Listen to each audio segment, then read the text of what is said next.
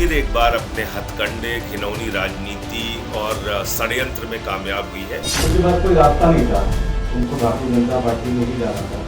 आम आदमी पार्टी के नेताओं को संजय सिंह साहब को याद आता है ईडी और सीबीआई कल क्यों नहीं कहा जो बीत गया। बड़े षड्यंत्र शुरू हो चुके हैं। ईडी और सीबीआई उनके एलाइज एक्टिव हो चुके हैं। उन्होंने अरविंद केजरीवाल के भ्रष्टाचार का आईना दिखाया।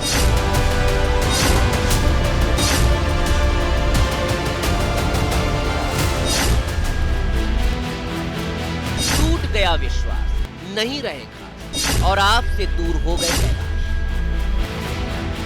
सोई अलसाई दिल्ली ने अभी ठीक से अंगड़ाई भी नहीं ली कि आम आदमी पार्टी की कहानी गली गली, सड़क सड़क, घर, दुकान, पार्क तक दौड़ने लगी। सुबह उठते ही दिल्ली की प्रदूषित और धुंध में घुली हवा में सांस लेते हुए कैबिनेट मंत्री कैलाश गहलोत ने सबसे पहले आपकी सियासत में इस्तीफे वाला लेटर बम फोड़ दिया।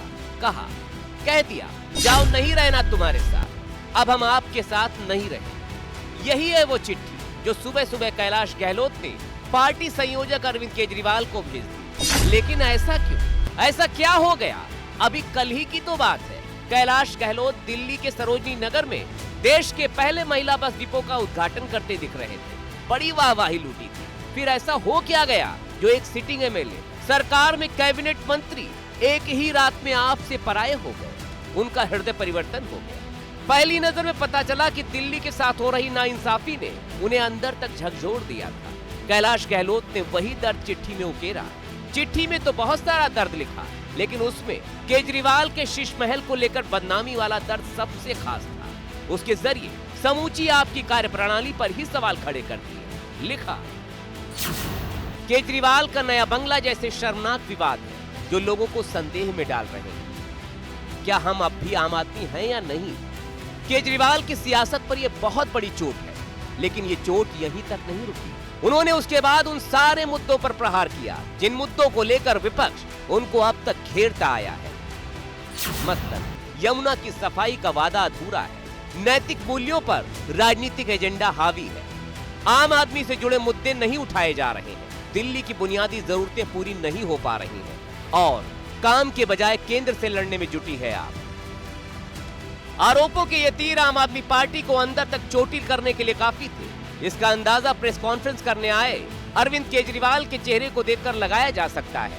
उनके चेहरे पर हमेशा की तरह उगने वाली मुस्कान नदारद थी, चिंता की लकीरें तैर रही थी। ऐसे में पार्टी के सियासी रणबांकुरे सामने आए। उन्होंने कैलाश क्यों उदास का सारा ठीकरा केंद्र सरकार पर फोड़ दिया और लेटर बम के दोषियों के नाम भी गिनाए।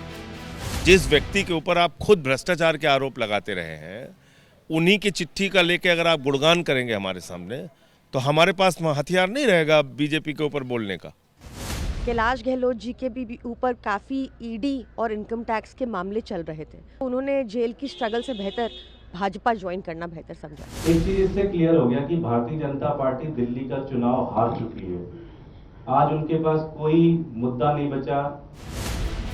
हालांकि आम आदमी पार्टी के आरोपों को नकारा नहीं जा सकता, क्योंकि शराब घोटाला मामले में कैलाश गहलोत भी ईडी के रडार पर बने हुए हैं। 30 मार्च को शराब घोटाला केस में कैलाश गहलोत का ईडी के सामने बयान दर्ज हुआ था। हालांकि सीबीआई ईडी से अब तक वो सुरक्षित है। इसके अलावा 2019-20 के डीटीसी बस खरीद मामले में भी वो सीबीआई के रडार पर है। तो क्या माना जाए, वाकई जांच के दबाव में कैलाश गहलोत का हृदय परिवर्तन हो गया, या वाकई केजरीवाल की नीतियां अब तमाम उनके अपनों को उनसे दूर कर रही हैं?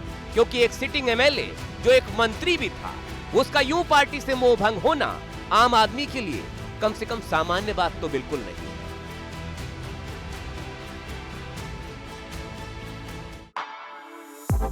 For exclusive and insightful videos, subscribe to our new channel ABP Live Premium.